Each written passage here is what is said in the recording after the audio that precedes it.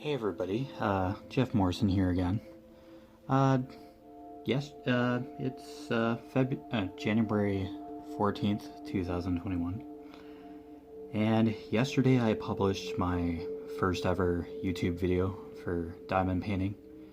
And it was part of the Miss Coffee's 1 hour whip and chat challenge. So I kind of edited it and handed it in, and now it's on the list with other whip and chat individuals who decided to participate in the challenge as well. So I just jumped in at that chance and decided to participate. So that's done and up. So yesterday I mentioned that I was gonna find like a tag, getting to know you kind of tag, and I did. Signupgenius.com has 100 getting to know you questions, so I'm just gonna do like 10 for now, just to start it, because there are like 100. So, and I'll continue working on my Noah's Ark thing here. Paint with diamonds, 35 colors, 45 centimeters by 30 centimeters. I'll keep working on that.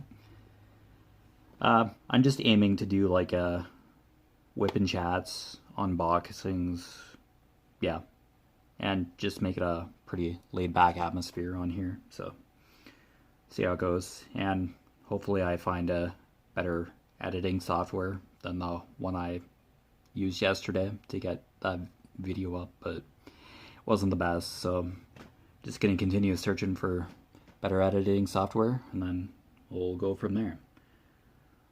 Okay, so first question is, who is your hero? It's gonna be kind of a fictional character. Mario from Super Mario. Yeah.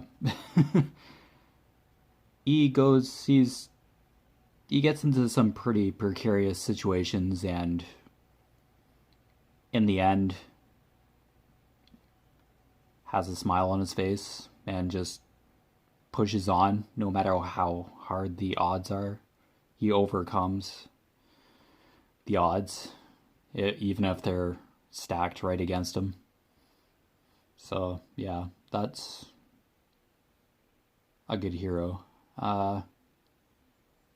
Link from the Legend of Zelda series is also another hero that's kind of inspiring.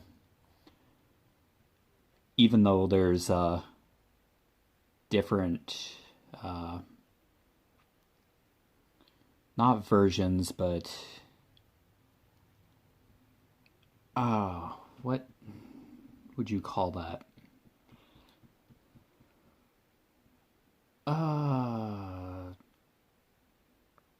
Different generations, maybe. Yeah, there's different time periods, I guess you could say. Many different generations of Link. So, yeah, he's 1/3 of the Triforce of the goddesses in the universe, in the Legend of Zelda universe. So he represents courage. Wisdom is Princess Zelda, and power is Ganon. And each of them is part of the Triforce, which drives the story and lore of the entire franchise. So Link is very much like Super Mario in the way that he just goes forth and faces whatever he runs into with courage, obviously. So even though he gets tested, he just perseveres and doesn't give up. So, yeah. A couple heroes, a couple examples. Okay, question 2. If you could live anywhere, where would it be? Uh, I do love tropical areas. I live in Canada, where it's winter for at least 5, 6 months of the year. I don't mind winter, but yeah, kind of a island private area would kind of be cool. Palm trees and near the ocean, that'd be neat. So I'd go for that. Kind of like a, I don't know, just like a cottage kind of feel, or a condo kind of type size. It'd just be me, really. So we could probably like say Hawaii or somewhere south. I've just been in Canada my entire life. I haven't left the country, so it'd be a refreshing change of pace and a different atmosphere for sure. Hmm. Biggest fear. What is your biggest fear? It's the third question. Huh.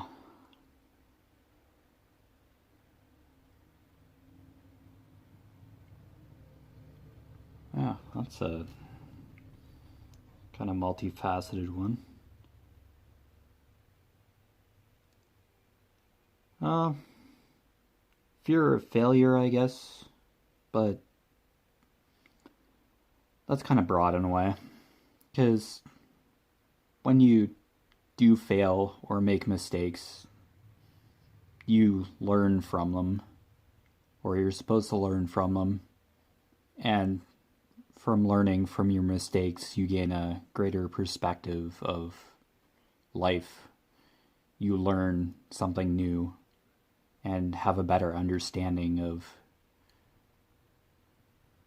what you did wrong and what you can improve on from those mistakes, from either what you have committed against people or what you have seen people commit in general. So, kind of a borderline fear, but I'm sure it's a pretty natural, standard feeling. Uh, what is your favorite family vacation? Uh, Really, when I was young, I just basically went to a relative's sheep farm when I was like 7 to 12 years old. I just went to my uncle's sheep farm for the summer when I was off of school.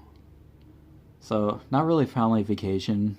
I just learned about country life and taking care of livestock, which was just sheep and the odd chickens, I guess. Yeah, it's kind of my vacation. Vacation nowadays is kind of few and far between. I'm basically working quite a bit, and any vacation days I've really taken these days are at a necessity, really. So I'm more of a blue collar worker or white collar, whatever it's called. I work a lot doing in the food industry, as I mentioned previously. Uh, what could I change about myself if you could?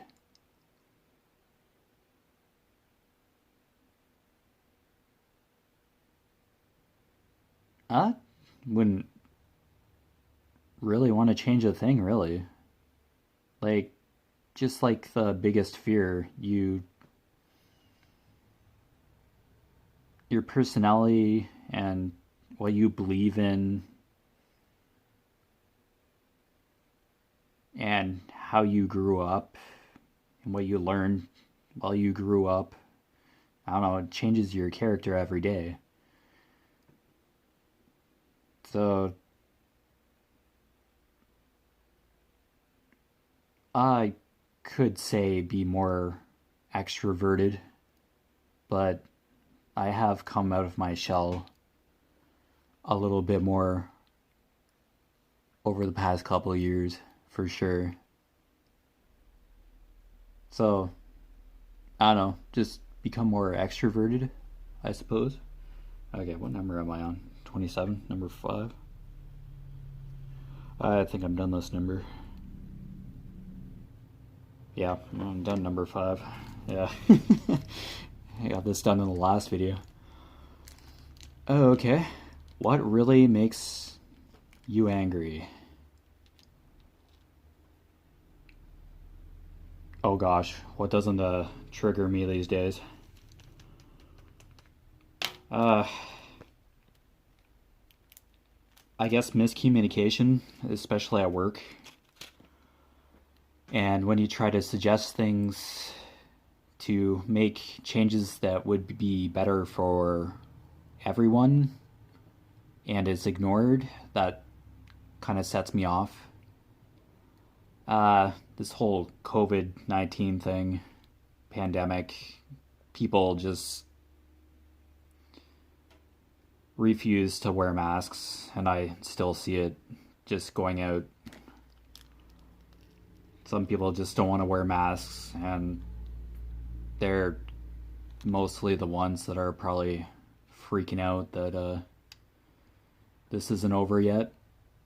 It's not just gonna go away, but I'm not gonna harp on that. It's just people ignoring what matters. It's not just about ourselves anymore. It's about humanity as a whole. This COVID-19 thing, and if we don't communicate with each other in a respectful manner or in general, stuff's gonna fall apart. Like, nothing's gonna get accomplished. So that's one question that I could really harp on for hours, but not going to. It's kind of counterproductive within itself to just harp on stuff that's really beyond anybody's control. What motivates you to work hard? That's a motivation within itself. I worked while I was in high school as soon as I could work.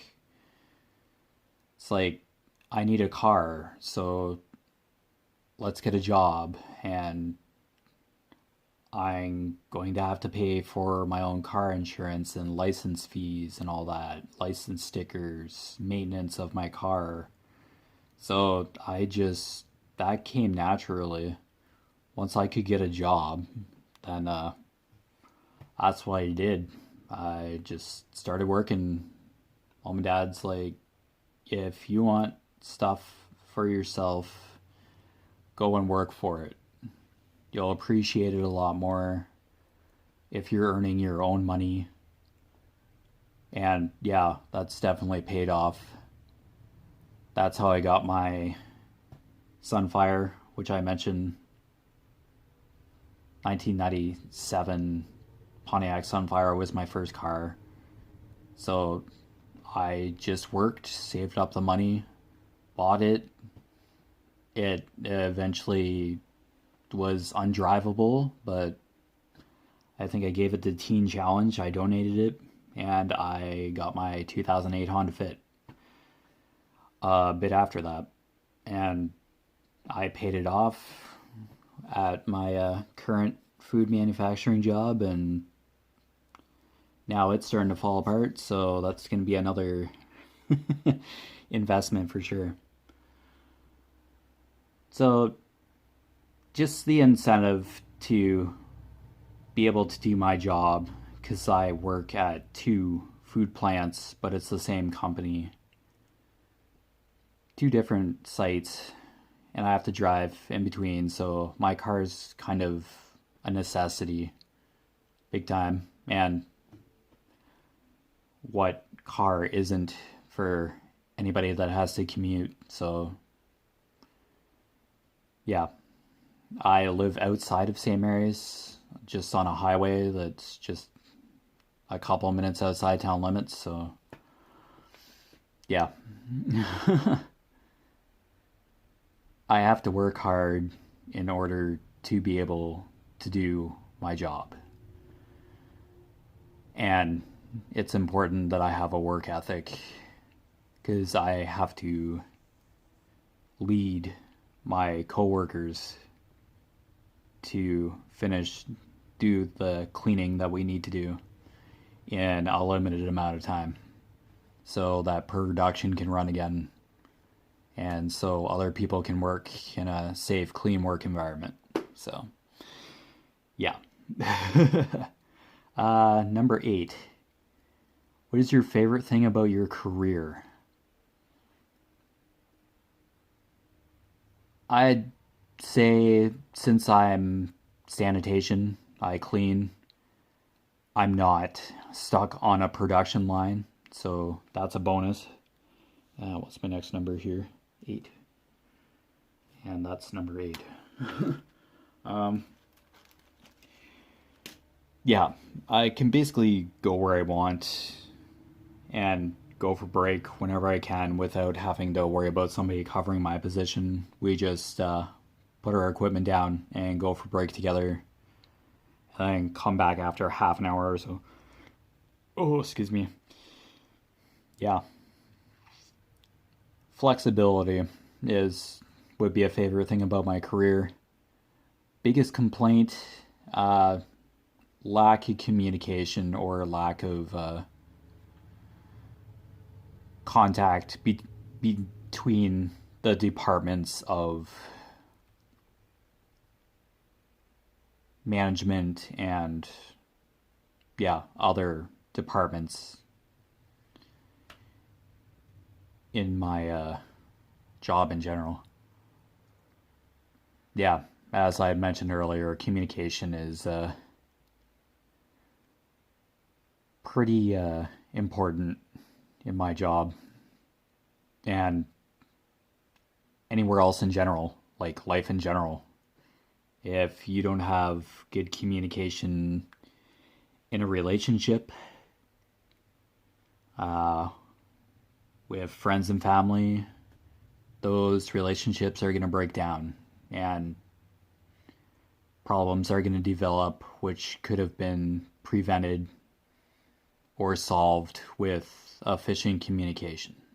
So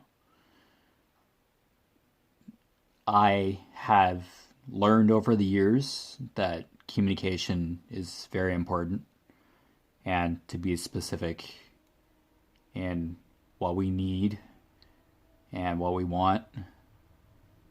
So having neat paperwork, communicating supplies that we need, even if it takes a bit of time to get them ordered, it's still mentioned.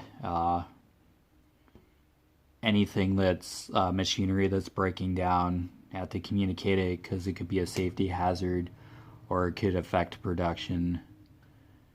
Yeah, I evolved with my communication skills greatly. But if you're not getting reciprocation in return from your suggestions or feedback, then it really kind of burns me in a way. It's another, yeah, I kind of elaborated on what makes you angry. That's just a phone. Knows who it could be.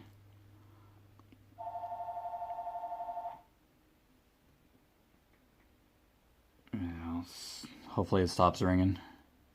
My parents do own a business from home, so the phone will ring on occasion.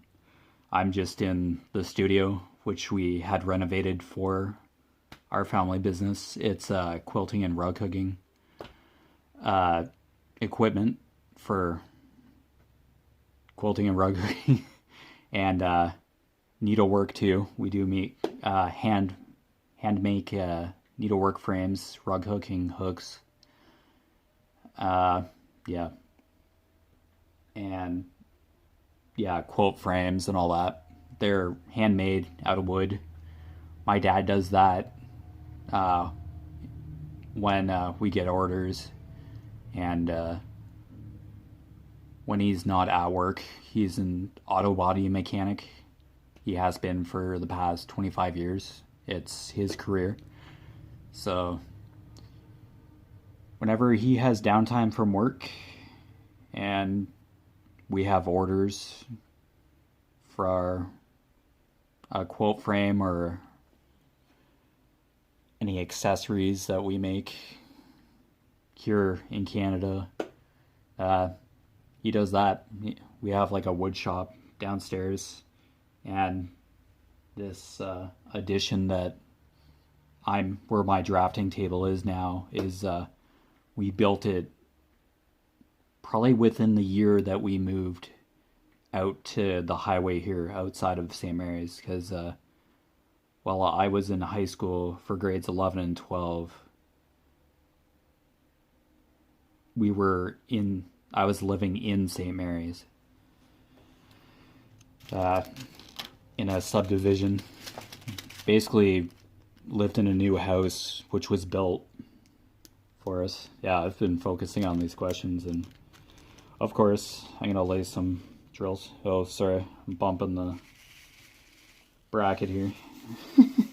I kind of changed the orientation of the camera from the first video for sure, so I just kind of have a bracket clipped onto my drafting table here, and it seems to work pretty good. So got it from the dollar store, so pretty good. I'm still filming on my phone, so it's all good. Yeah, if I can produce videos like this way and have a better editing way to edit videos to make the quality better, I'm all for it. I'm open to learning new things while doing this YouTube thing, so it's a new opportunity for me, and there's always time to learn something new or discover something new about yourself. So explore what you can accomplish or discover anytime. Life is a continuous lesson, so that's good to learn something new every day, even if it's just a random fact about something. So yeah, yesterday I learned that not all editing software is made the same. It was kind of a crude video, but I got it published somehow, and yeah, it's up and going. So all I have to do is just keep putting myself out there and keep recording these things while I can, even if this is an old phone. Still has a half decent camera, so can't really go too wrong there. Okay, question 10. And I only wrote down 10 questions. I didn't print these off or anything. I'll just write the next 10 when I do this next. I have the web page saved on my favorites for my internet browser. What is my proudest accomplishment?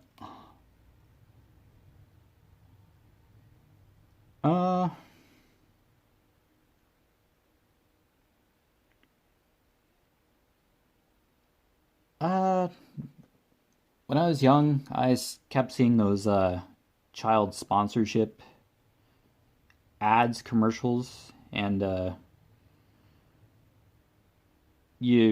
when you sponsor a child from like Ethiopia, or a child that's like less fortunate, I sponsored two children from via Compassion. It's a kind of a child sponsorship charity, and that ensures that they get education, financial support, proper nutrition, and it's faith based, so they can be able to go to church. So I started with sponsoring a child a couple of years ago now, so I'd say that's a pretty proud accomplishment right there.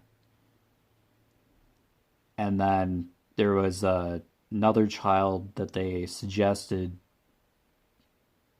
I was asked in like a mailing or something that Compassion sent me, because they send me uh, basically a tax document saying how much I donated. It's basically like $44 a month per child, so I pay $88 a month.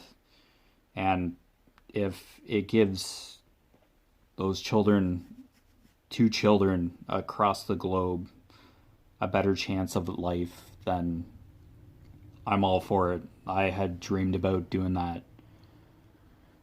since I was young, since I was like about 10 or something. So I'd say that's a pretty good accomplishment. Yeah, that's the 10 questions anyway. That's all I'll do for that. So those are pretty broad questions. I'm basically single and never married, so there'll be some like, what's your child's proudest accomplishment? And that really doesn't apply, so it probably won't exactly be 100 questions from this, but yeah, let's go from there. So that's the 10 questions. Probably getting to know me a little bit better, yeah, as we go along. Just do that 100 questions and think of other ideas as I go along. But mostly I'm going to do like WIP and chats here and okay, go along. Let's play some drills because I have focused on the questions. So as long as I keep talking and lay at least a couple drills, we're good to go. So, how's everybody doing today? I hope you're staying safe and your family and friends are doing great as well. We're officially on a COVID-19 lockdown, basically a state of emergency. So, just making sure we're still recording. Yeah, it seems to cut off at like the half-hour mark. So I kind of mentioned this yesterday that we were heading into a state of emergency, and now it's officially been called. So yeah, basically buy groceries, medical appointments, exercise, yeah, and going to work. I still have to go to work, but I have a couple days off, so I'm recording right now. But I'm gonna have to cut down my coffee runs now. I'll just make coffee at home. We did it. I did it last March when they had a lockdown too here in Canada, in Ontario at least. I think, yeah. Basically, last March 2020, Canada-wide, I think, was kind of locked down for a bit to taper off to flatten the curve or to taper off the COVID-19 spread.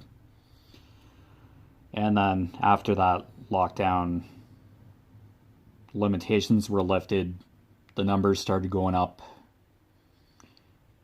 After a while, near the end of 2020, and now that 2020's done and over with. We're into 2021, and it's already, the numbers just skyrocketed. The number of cases skyrocketed. But that's due to like testing, a boost in testing, and limitations did get lifted for a bit there. And people just took it upon themselves to go out, and people are still traveling, even if it's probably for business. But I'm hearing the word people going on vacations, government officials going on vacations, and it's like, and they're supposed to be leading by example, and I don't know.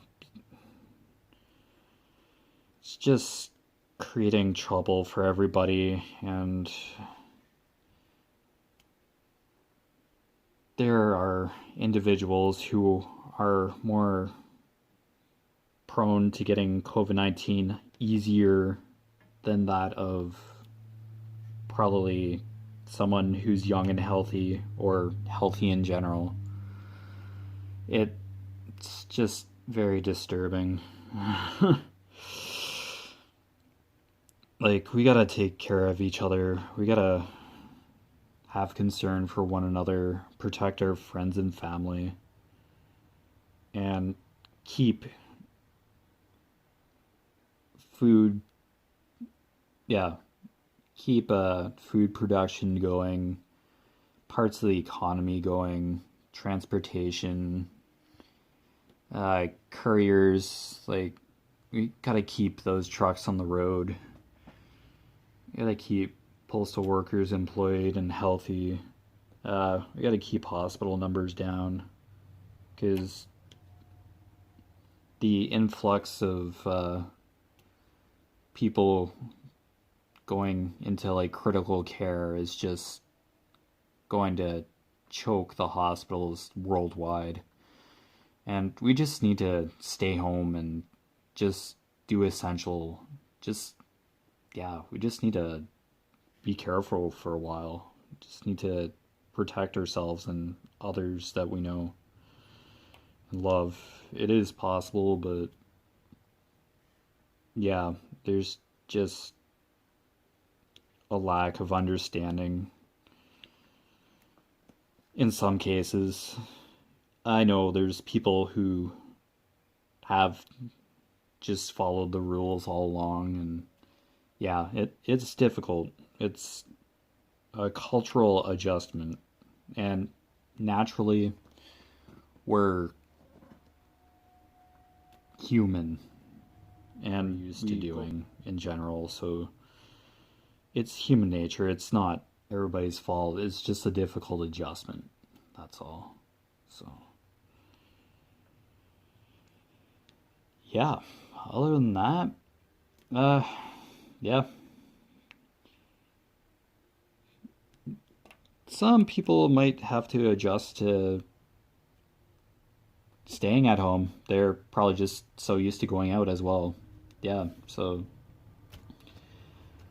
people who are joggers and are physically active can still go out. You just have to follow some safety procedures.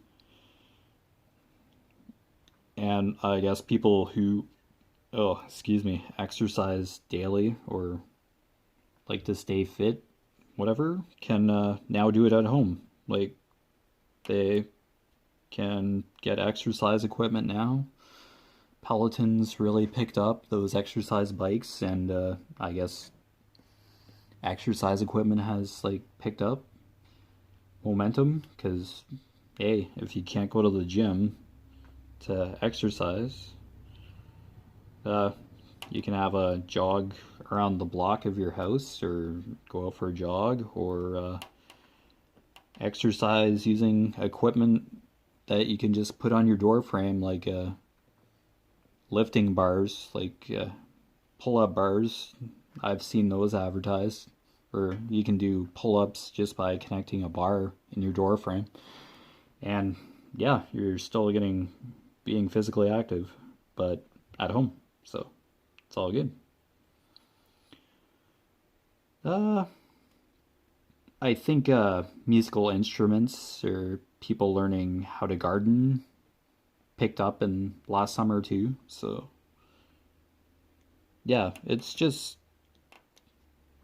in a way we're discovering more about ourselves or exploring different hobbies or finding different hobbies that we either once had or are discovering that we like something. So my mom's always crocheted. She learned it when she was young, I suppose, and she makes afghans, is printing off crafting patterns all the time. So I do word search at home, at work. I listen to music. I listen to audiobooks. Like, I feel I always have to be doing something with my hands or, yeah. I work with my hands for my sanitation job, whether it's washing equipment, using high pressure air to blow it out, ovens and all that, uh, scraping out hoppers of dough dividers. Yeah, I'm basically in the tortilla manufacturing. Yeah, tortilla, tortilla chips, and corn tortillas. Basically Mexican food, I guess you could classify it, but we're still food.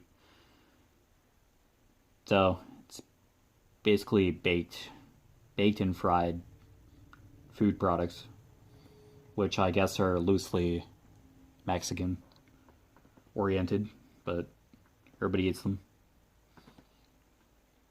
People like their nachos, and we supply to restaurants and grocery stores or variety stores to an extent. So, yeah, that's basically a shell of food industry and what I do for my work. I've been doing that for 16 years now. I've been working there for 16 years, so I started on production, did packing for a year, and I learned how to batch and all that. But yeah,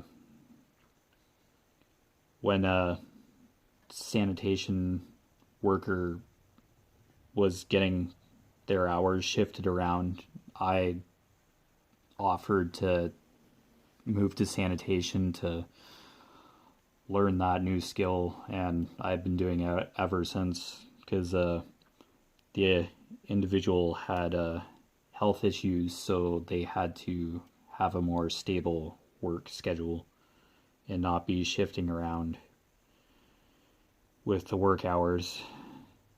So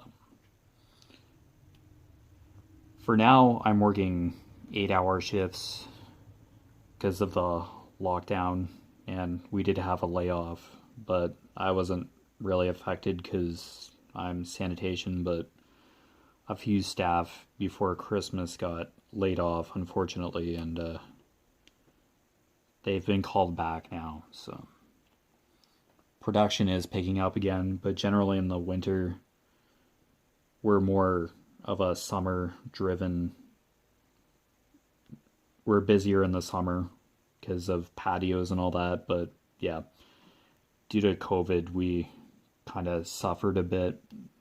It became more grocery store oriented kind of orders. Restaurants kind of suffered a bit, but yeah, I think we still did restaurant stuff, but it kind of tapered down a bit in terms of order volume.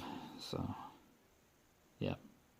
COVID certainly changes perspective on a lot of things, and it's interconnects what we rely on and what we are used to doing. So we've naturally had to make changes in order to adapt and survive in general. So yeah, so it's kind of a double-edged sword, but yeah, a lot of people had to sacrifice more than others, which is unfortunate. Some businesses had to close their doors because it depended on foot traffic in their stores, and some businesses could successfully adapt to online shopping or curbside pickup. So fast food certainly jumped on that. The surges in apps, certainly phone apps where you could order ahead on your smartphone via their app or whatever, and there were points incentives or whatever. So that's probably changed the food industry forever, because and how we get groceries too, because there's an app for that too, for major grocery store chains. Order what you need on the app, pay for it on the app, and then just go pick your groceries up when the order is assembled, and the store just puts them in your trunk, and then you just put them away when you get home. My mom basically is the only one that does the grocery shopping, so we still compile a grocery list as usual. My dad and I, and then my mom goes grocery shopping usually on Tuesdays and gets what we need, and we're good for the week. There is the odd time where we do go back to the grocery store to get various like pre-made salads, because we try to eat gluten and keto free. It's basically because my mom has a gluten sensitivity, or has an allergy. We'll just say sensitivity. She avoids gluten and doesn't eat sugar, or tries not to consume too much sugar. But yeah, I just go along with the keto diet. I cook like on Mondays once a week when I'm not working, but lately my shifts have been weird since we're doing audit related stuff at work. Just government and customer accountability is all the audits are. Food inspection, it's just, yeah, it's standard manufacturing fare for the food sector. The government can come into any food site anytime up here and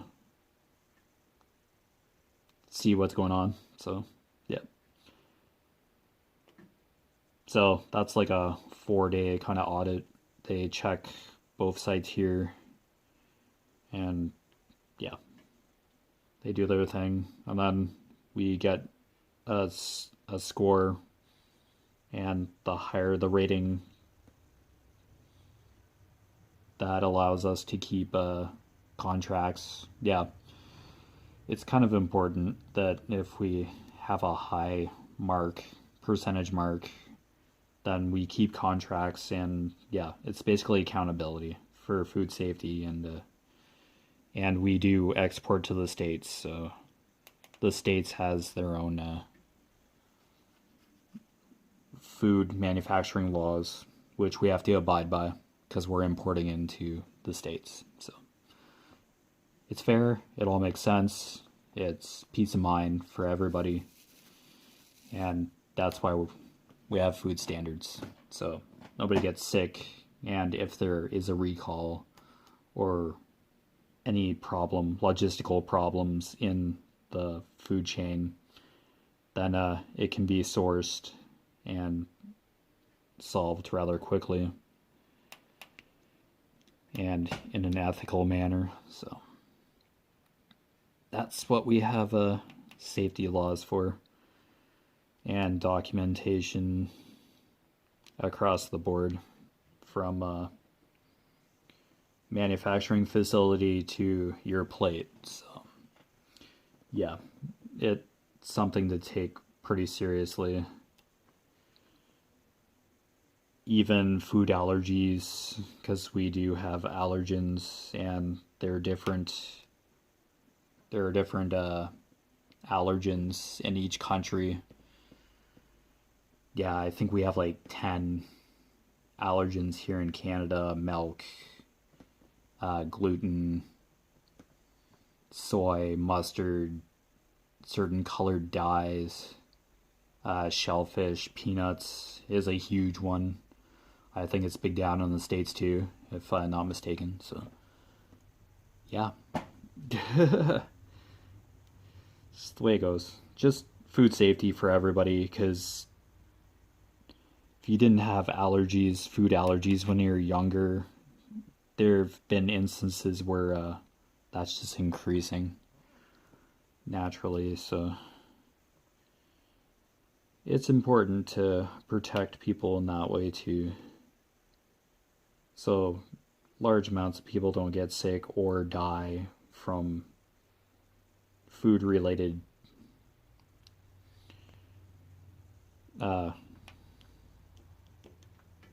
accidents or problems. How to word that. There's also food security tied into that too. Yeah. Get a refresher like every year, and it's a constant reminder to always be diligent, thorough, and safe in what I do and what production manufacturers as well. Yeah, just safety standards. It's just necessary these days, because you just never know.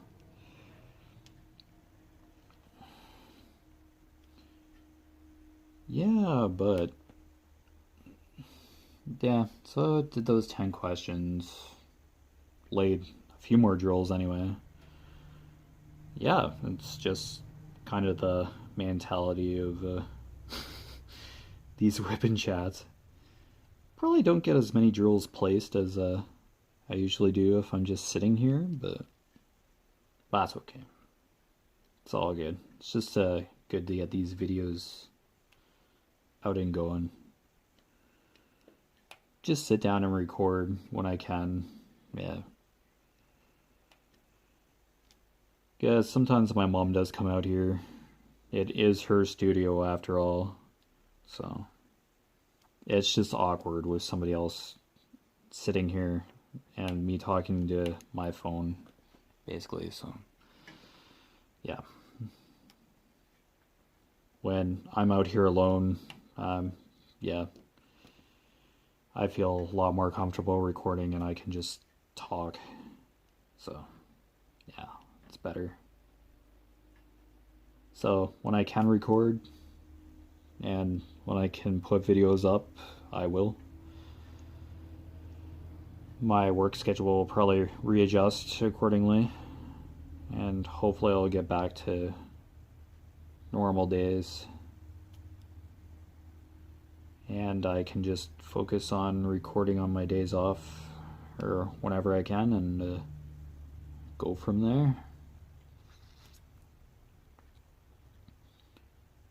So I hope everybody's having a great day, staying safe,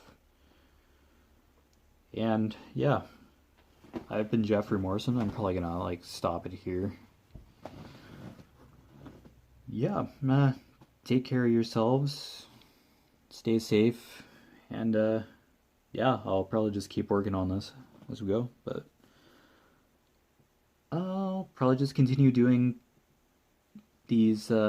I'll just do 10 questions at a time for this get to know you thread, and yeah, I'll get to know more of the diamond painting community as well by doing this.